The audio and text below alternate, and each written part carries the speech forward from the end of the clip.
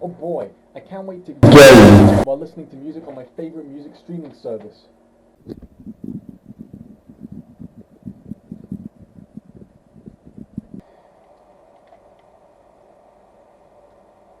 Gaming soundtracks. Okay, let's see how much of this I know.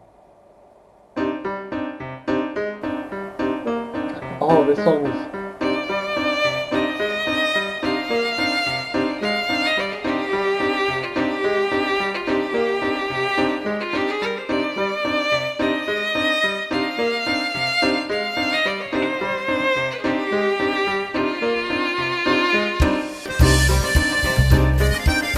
No, it needs to be done.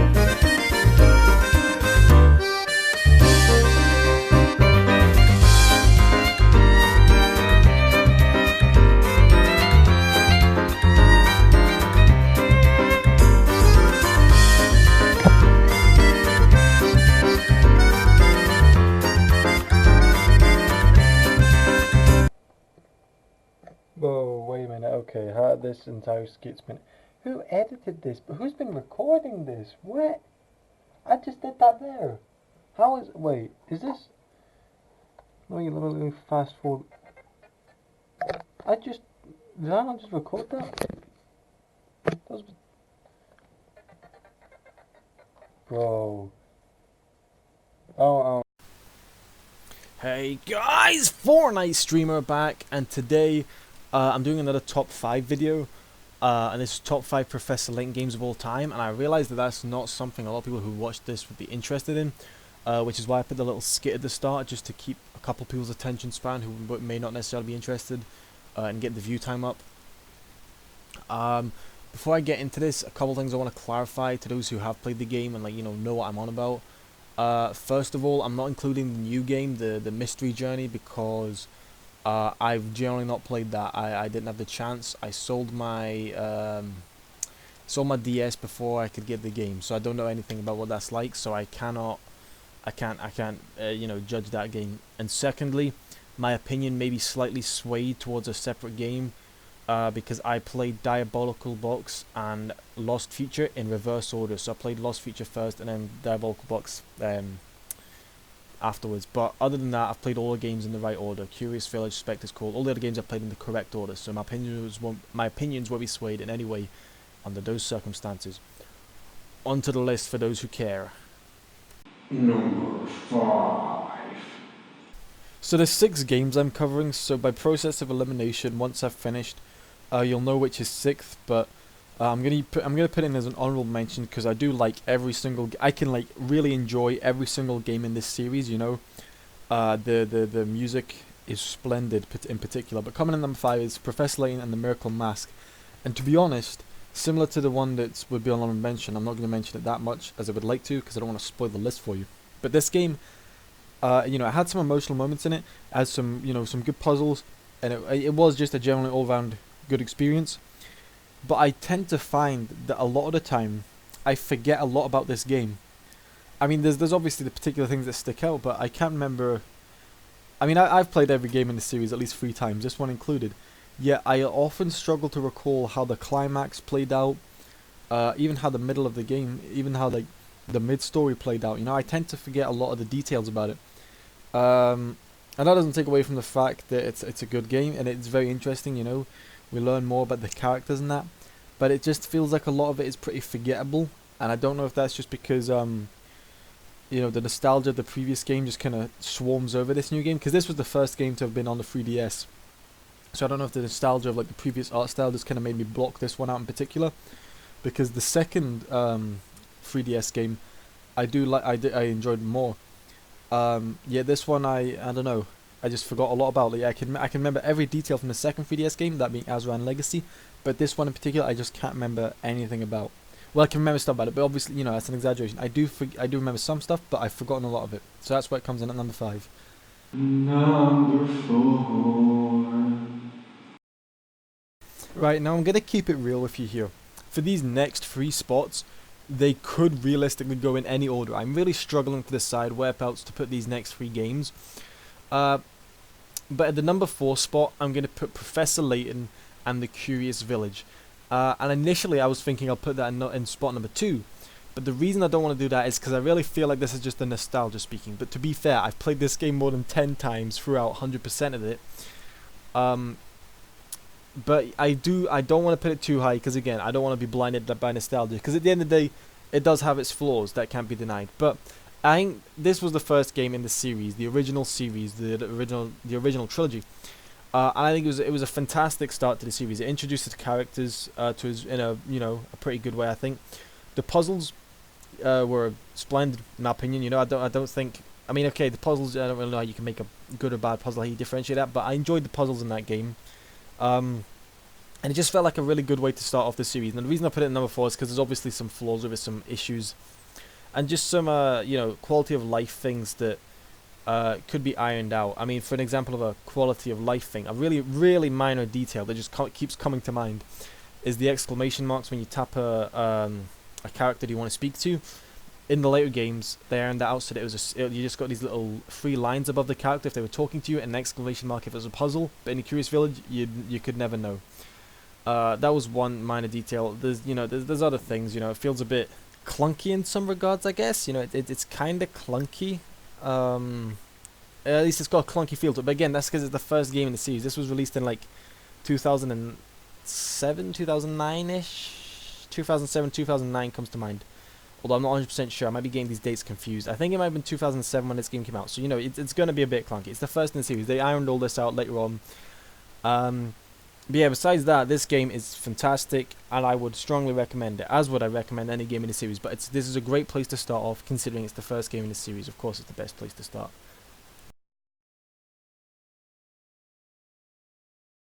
Now, I'm already starting to regret my decision here, because I feel like I've already ordered these incorrectly. But coming in at number 3, I'm going to put the climax to the prequel trilogy, the final Professor Layton game that's been released, and in chronological order storyline-wise, the third one, Professor Layton and the Azran Legacy. This game concluded the prequel trilogies, where we met Luke. Technically, we will see Professor Layton meeting Luke for the first time. We meet Emmy for the first time. We meet Descalay for the first time, and all that. The main villain of this prequel trilogy. And this game here gives us a good conclusion to all of those characters. It concludes their arcs, And I think a lot of people complain that the climax was a bit, fantastical. But let's be real, this is a Professor Layton game. Nothing is too fantastical, really. You got London underneath London, which still has a light source, and people like thousands of paid actors who are just, oh yeah, this is future London, an entire town that doesn't actually exist, and you just breathed in some vapors, and you can see the whole town. It's all fantastical, I feel like saying that is a bit, a bit iffy, with me at least. But again, this game, although it's not the highest in the list, obviously, because I don't know if maybe it's just the 3D games. I just don't like that. Like the 3D games just look weird to me. I guess that's just nostalgia. The 2D ones talking. I mean, you still got your 2D animated cutscenes though, so I can't complain about that. And this game, I think overall it wrapped it up pretty well. It gave us a nice conclusion. We really, really go in depth into Layton's backstory here. And I think it's done a good job of wrapping up the prequel trilogy. Although it wasn't the best game in the series, I would say. Nor the best game in the prequel trilogy, as you'll soon come to find. Oh, number 2. Coming in at number 2, again, I'm still not sure about this placement, but this is going to be Professor Layton and the Spectre's Call, or Professor Layton and the Last Spectre, I believe. I don't know if that's the British or the American release name. But yeah, before the 3DS games, you had like 2 names for each game. This one, I think this might be a nostalgia song, but I absolutely adored this game in the series.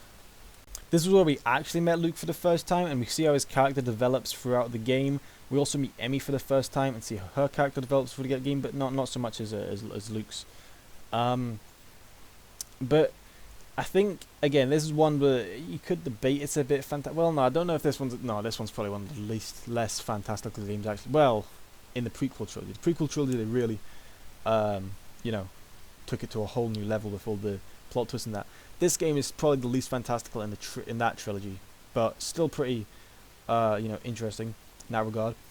Again, I don't want to spoil too much here, but I think the premise, of the main mystery, I think, is very enticing, and it keeps you interested throughout the whole game. I think one thing about this, which I think I don't expect people to agree with, is that you can't really. I think this is one of the stronger soundtracks in the series. Just because there's so many like soothing songs in it, like relaxing songs, and those are the kind of songs I like. But you also get your fast-paced songs when you need them. But at the same time, I mean, I don't think it's not easy to label a best soundtrack in the series, because all the soundtrack in this game. One thing one thing this franchise is renowned for is its soundtracks. Every single game in the series has a soundtrack that anyone can listen to and love.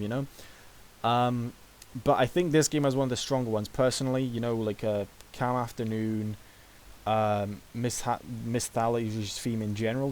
Walking through the town. It's just a very relaxing experience, while at the same time still having that element of mystery, and having the excitement of the later cutscenes, or still having that upbeat music. So yeah, I think this comes in at number 2. Oh yo, it's number 1. Oh my god. No way. No. I don't even think, if you've played these games, I don't even need to tell you what number 1 is. So let's just talk about it. This game, oh my god, it is absolutely splendid. Like, just thinking about it, I've not played these games in ages, but this game is so good. I mean, the plot keeps you interested. It's an interesting concept. One of the most interesting concepts we've had. Traveling to the future, bro. That's just wild. In like a clock shop in a back alley in London, you just get transported to the future. That is interesting.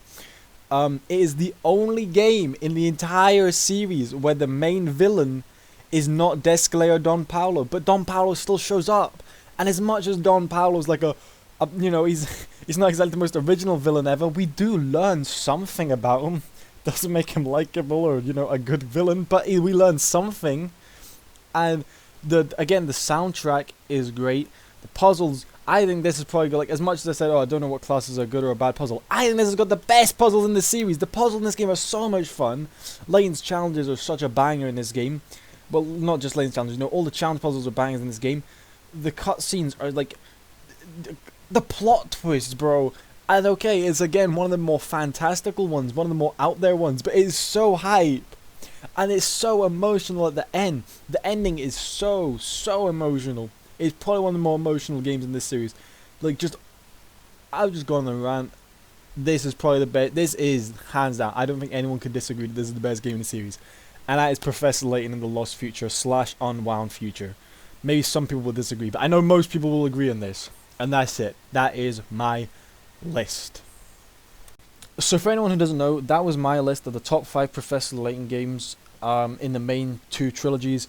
And you'll notice that the one game I didn't mention was Diabolical Box. And I realise that's going to be incredibly controversial to anyone who watches this who actually plays the game.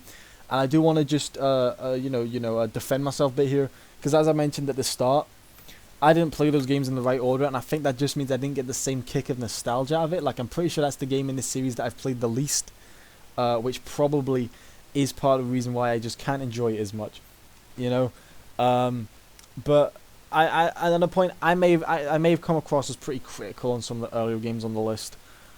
Don't let that make you think these games are bad. Even Diabolical Box, Pandora's Box, whatever, is still a fantastic game. It's just I prefer the other ones over it. I really heavily struggled to put this list together in an order that I was happy with. A lot of the games, particularly 4, 3, and 2, those games were those could have gone in any order whatsoever, generally. But if you stuck around and watched this, I appreciate it, because I honestly didn't expect anyone to watch this. So if you're listening to this, you're the real G. I just made this because I wanted to. I've loved these games. These games were my childhood, and they've basically really helped develop my character into today. And I think if you've not played these games, I strongly recommend finding some way of playing them. They remastered them and put them on the iOS. Just, if you got any spare money, buy them, give them a try. Well, they remastered the first 2, give them a try. No reason not to. I hope you enjoyed listening to my opinions, which are probably incorrect to a pretty large extent. And I will see you in the next video.